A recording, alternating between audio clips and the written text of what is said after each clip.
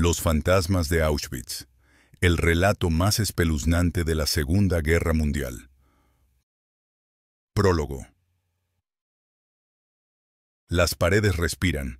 No lo hacen como los vivos, con pulmones y sangre, sino como lo hace la piedra vieja, exhalando frío, absorbiendo silencio, reteniendo memorias que no deberían existir.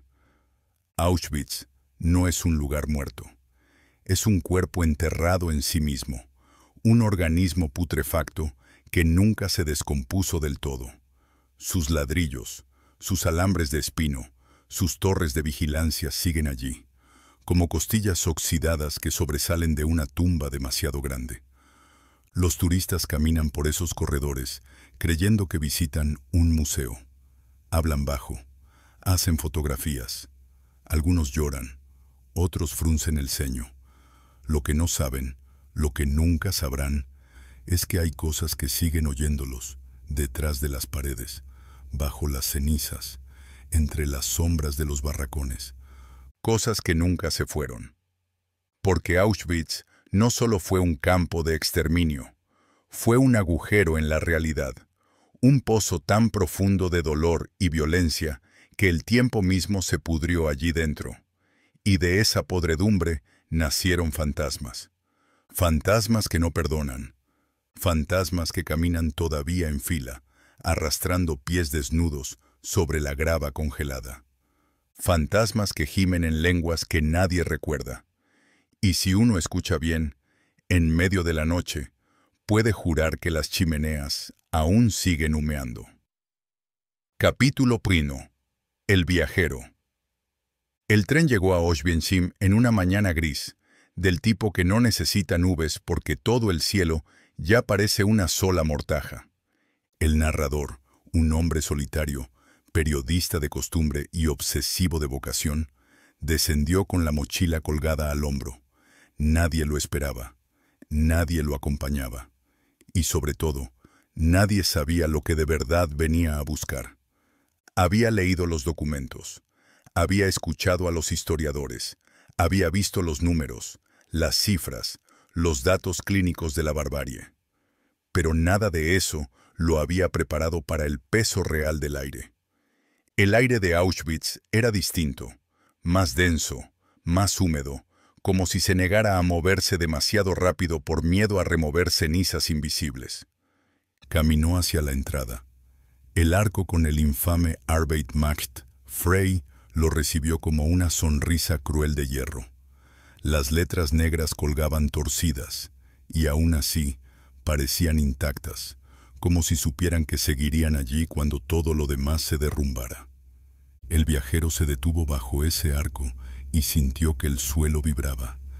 Era un estremecimiento casi imperceptible, pero estaba allí, como un latido profundo, enterrado en la grava. Tragó saliva. Sabía que no estaba solo. Los barracones lo esperaban, edificios de ladrillo con ventanas como ojos vacíos. Cada uno albergaba una marea de silencios, un océano de presencias invisibles. El viajero pensó que si se paraba a escuchar con atención, oiría miles de respiraciones contenidas. Cerró los ojos y las oyó. Miles de jadeos, miles de pechos hundiéndose en el aire helado. Una multitud invisible, aún alineada en formación, aún esperando órdenes que nunca llegarían. Cuando volvió a abrir los ojos, las sombras de los barracones se habían alargado, y juraría que, entre ellas, se movía gente. Capítulo 2. Los barracones. El viajero entró en el primero de los bloques. El suelo era de madera reseca, y cada tablón crujía como si gritara de dolor bajo sus pasos. El olor era una mezcla de polvo y humedad, pero también algo más difícil de explicar. Un rastro agrio, metálico, como sangre vieja adherida a los muros. Las literas estaban allí, intactas. 3 niveles de camastros estrechos, hechos para quebrar la espalda de cualquiera. La madera aún guardaba arañazos, marcas de uñas, huellas invisibles. El viajero pasó los dedos por una de ellas y sintió un escalofrío que le recorrió el brazo hasta el hombro. Fue entonces cuando escuchó el primer murmullo. No provenía de ningún lugar concreto. Era un coro bajo, arrastrado, como de personas hablando en sueños. El viajero no entendió las palabras, pero sí reconoció el tono. Suplicante, resignado. Avanzó más adentro. Las paredes se estrechaban y la penumbra era cada vez más espesa. El murmullo creció hasta convertirse en una plegaria confusa, y entre esa plegaria surgió una voz distinta, más clara, más cercana, una voz de niño. «¡Mamá!». El viajero se detuvo en seco. La palabra flotó en el aire, débil, rota, pero cargada de una tristeza insoportable. Miró alrededor. No había nadie. Las literas estaban vacías, las sombras inmóviles, y sin embargo, la sensación era la de estar rodeado de cientos de cuerpos invisibles, todos agazapados, todos mirándolo. Salió tambaleando del barracón. El aire frío lo golpeó en la cara como un cubo de agua helada. Y entonces lo comprendió. Auschwitz no era un museo. Auschwitz era una herida, y él estaba caminando sobre carne viva. Capítulo 3. Las chimeneas. El viajero avanzó hacia el corazón del campo, donde las chimeneas aún se alzaban como dedos acusadores contra el cielo. Estaban apagadas desde hacía décadas, pero su presencia pesaba más que cualquier humo. Negras, agrietadas, torcidas, parecían guardar dentro de sí los lamentos de quienes se habían consumido allí. Se detuvo frente a una de ellas. El ladrillo estaba manchado, no de hollín corriente, sino de algo más oscuro, más grasiento. Pasó los dedos y se los miró. No era polvo, era ceniza impregnada, como si la carne se hubiese fundido con la piedra. Fue entonces cuando lo escuchó. Un gemido bajo, grave, como el crujido de cientos de huesos partiéndose al mismo tiempo. Se llevó la mano al pecho. No era sonido externo. Venía de dentro de él, como si el aire que respiraba llevara voces consigo. De pronto, las sombras se agitaron, y vio figuras. Hombres y mujeres desnudos, ennegrecidos, marchando en fila hacia las puertas de ladrillo. Caminaban con los ojos vacíos, sin pestañear, las bocas abiertas en un grito que nunca terminaba de salir. Y entonces desaparecían. Se desintegraban en polvo antes de cruzar el umbral, solo para volver a formarse en la siguiente oleada. Un ciclo eterno de condenados. El viajero quiso retroceder, pero sus pies estaban clavados. Sentía que si se movía un paso más, él mismo se uniría a la fila. Un escalofrío le recorrió la espalda. Tragó saliva y con un esfuerzo que le desgarró el pecho, consiguió apartarse. Las chimeneas seguían allí, inmóviles, pero juraría que ahora rezumaban humo. Un humo gris, con olor a cabello quemado. Capítulo 4. El lago de cenizas. El guía turístico alguna vez mencionó un lugar olvidado, un estanque donde arrojaban cenizas humanas mezcladas con lodo. El viajero lo buscó, empujado por una fuerza que ni él comprendía. El agua era oscura, inmóvil, con una superficie aceitosa. Se inclinó para mirar, y lo que vio lo dejó sin respiración. No eran reflejos, eran rostros. Miles de caras aparecían bajo la superficie, pálidas, con los ojos abiertos de par en par. Algunas se deformaban como si gritaran, otras tenían las bocas selladas, las manos extendidas hacia arriba, golpeando contra el vidrio invisible del agua. El viajero retrocedió, pero entonces escuchó un chapoteo. Del centro del estanque emergió una figura, una mujer, con el cabello pegado al cráneo y la piel gris. Sus ojos eran dos pozos vacíos. Se inclinó hacia él, levantando un brazo delgado, casi esquelético. ¿Tienes fuego?, preguntó con una voz hueca. El viajero no pudo responder. Ella dio un paso sobre la superficie del agua, y cada paso dejaba una mancha de ceniza que se hundía lentamente. Alargó la mano. «Devuélvenos el fuego». Entonces las demás figuras comenzaron a subir. Hombres, niños, ancianos. Todos emergían del estanque, avanzando hacia la orilla, arrastrando pies invisibles. El viajero sintió que si no corría ahora, esas manos lo arrastrarían con ellos, al fondo de un lago de cenizas que nunca terminaba. Y corrió. Capítulo 5. El bloque 11. El viajero, sudando frío, llegó sin darse cuenta frente a un bloque distinto. El bloque 11. Las paredes más gruesas, las ventanas cubiertas con rejas. Ese lugar era llamado el bloque de la muerte. Entró. El aire estaba enrarecido, helado, como si cada piedra estuviera hecha de hielo antiguo. El pasillo era estrecho y descendía hacia celdas sin ventanas. En la primera celda no había nada. En la segunda, tampoco. Pero en la tercera, la oscuridad respiraba. Escuchó pasos descalzos dentro, y entonces, como dos carbones encendidos en la penumbra, vio un par de ojos. El cuerpo que los sostenía avanzó, lento, como si se arrastrara contra una resistencia invisible. Un hombre famélico, la piel pegada al hueso, las costillas como barrotes.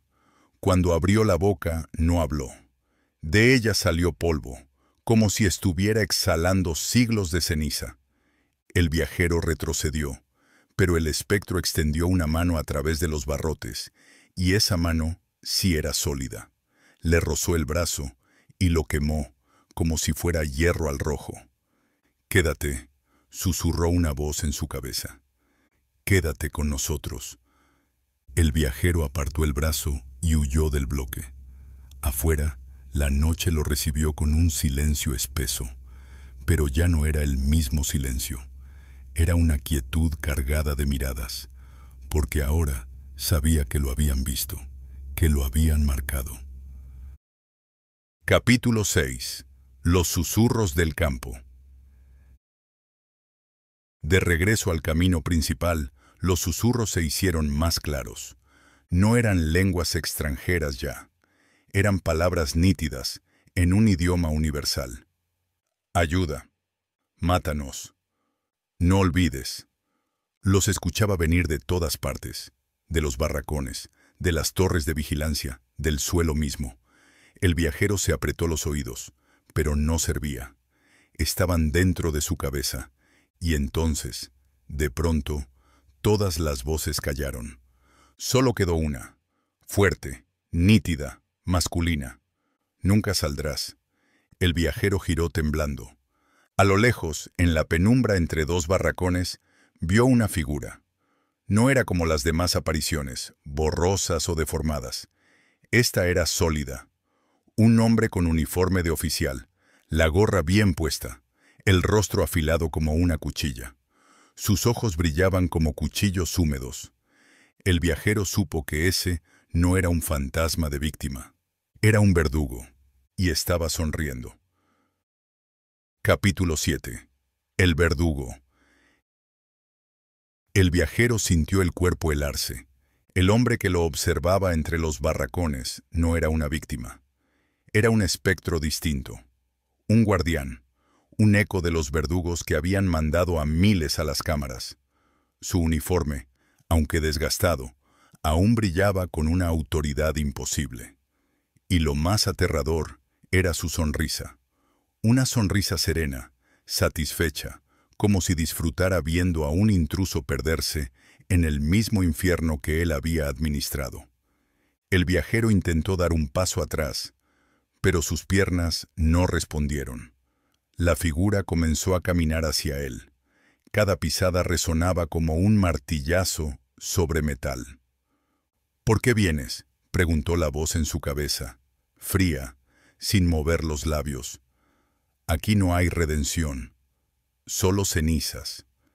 El viajero quiso responder, pero la garganta estaba seca. El espectro levantó una mano enguantada y señaló las chimeneas.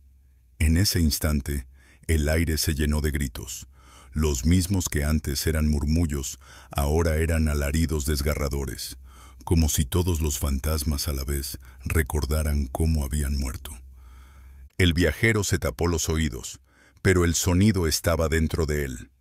Cayó de rodillas, llorando sangre por la nariz, mientras el verdugo se acercaba, paso tras paso. Capítulo 8. El infierno despertado. De repente ocurrió algo. Las sombras del campo comenzaron a agitarse, y de ellas surgieron cientos de figuras. Los condenados, mujeres con bebés en brazos, hombres famélicos, ancianos con ojos vacíos. Todos marchaban hacia el verdugo. El espectro se detuvo. Su sonrisa desapareció. Dio un paso atrás. El viajero levantó la vista y lo entendió. Auschwitz no había olvidado. Las víctimas, atrapadas en un ciclo eterno, habían despertado, y ahora avanzaban contra su carcelero. El verdugo gritó, no un grito humano, sino un chillido metálico, inhumano, como el chirrido de hierro arrancado de cuajo. Intentó retroceder, pero las manos espectrales lo alcanzaron. Lo agarraron de la gorra, del cuello, de los brazos. Lo arrastraron al suelo. Lo devoraron, no con dientes, sino con pura desesperación. El viajero observó, horrorizado y fascinado, cómo la figura del verdugo se deshacía en ceniza, absorbida por el suelo mismo. Cuando todo acabó, el silencio volvió, pero esta vez era un silencio distinto. El viajero sintió que el aire se había aligerado un poco, como si, por primera vez en décadas, los fantasmas hubieran cobrado justicia. Capítulo 9. El epílogo de las sombras. El sol comenzaba a asomar en el horizonte, tiñendo el campo de un gris mortecino. El viajero se levantó, tambaleante, y miró alrededor. Auschwitz estaba igual que siempre, los barracones de ladrillo, las torres de vigilancia, las alambradas. Pero él sabía que algo había cambiado. El peso seguía allí, sí. La herida nunca cerraría. Pero la oscuridad había mostrado su rostro, y él había sido testigo. Al salir por el arco del Arbeit macht frei, sintió un escalofrío. No estaba solo. Alguien lo seguía, invisible. No eran verdugos esta vez. Eran víctimas. Y en su mente escuchó un susurro colectivo. Un murmullo que no era súplica ni condena, sino una advertencia. Cuéntalo. El viajero comprendió. Esa era su misión. No olvidar. No permitir que el silencio borrara lo que había ocurrido, ni lo que seguía ocurriendo en las sombras. Auschwitz no era un museo. Era un recordatorio viviente. Y sus fantasmas, terribles y espeluznantes, no estaban allí para asustar. Estaban allí para exigir memoria. El peso de la ceniza. El tren se alejaba lentamente, devorando kilómetros de vía que brillaban como cuchillas bajo el amanecer. El viajero iba sentado junto a la ventana, inmóvil, con la frente apoyada en el vidrio helado. Sus manos temblaban, no por frío, sino porque el campo había decidido quedarse con una parte de él. Detrás, Auschwitz se reducía a una silueta oscura, un conjunto de ladrillos, alambres y chimeneas. Desde la distancia parecía inofensivo, casi silencioso, pero él sabía la verdad. Sabía que ese lugar nunca callaba. Mientras el tren avanzaba, cerró los ojos. Creyó que el traqueteo metálico le ayudaría a dormirse. Pero lo que escuchó fue otra cosa. Un murmullo. Primero leve, como el roce del viento contra la ventanilla. Luego más fuerte. Voces. Cientos. Miles. Abrió los ojos de golpe. En el reflejo del cristal no vio su rostro. Vio otros. Caras pálidas, consumidas, con los ojos hundidos y la boca abierta en gritos mudos. Una multitud de espectros lo observaba desde el otro lado del vidrio. Estaban dentro de la ventanilla, como atrapados en un espejo de humo. El viajero retrocedió en el asiento, ahogándose en un jadeo. Las caras seguían allí. Algunas eran de niños, otras de mujeres calvas con los ojos resecos, otras de hombres con costillas marcadas. Todos lo miraban fijamente, sin pestañear. Entonces, una de esas bocas se movió. No salió sonido, pero él entendió la palabra con absoluta claridad. Nunca te irás. El tren entró en un túnel. Por un segundo, todo quedó en oscuridad. Y cuando emergió de nuevo a la luz, las caras habían desaparecido. El cristal solo mostraba su reflejo, pálido, sudoroso, con los ojos desorbitados. Intentó convencerse de que había sido un espejismo, un recuerdo deformado por la mente. Pero al mirar sus manos, vio que estaban manchadas de algo, un polvo gris, fino, pegajoso, ceniza.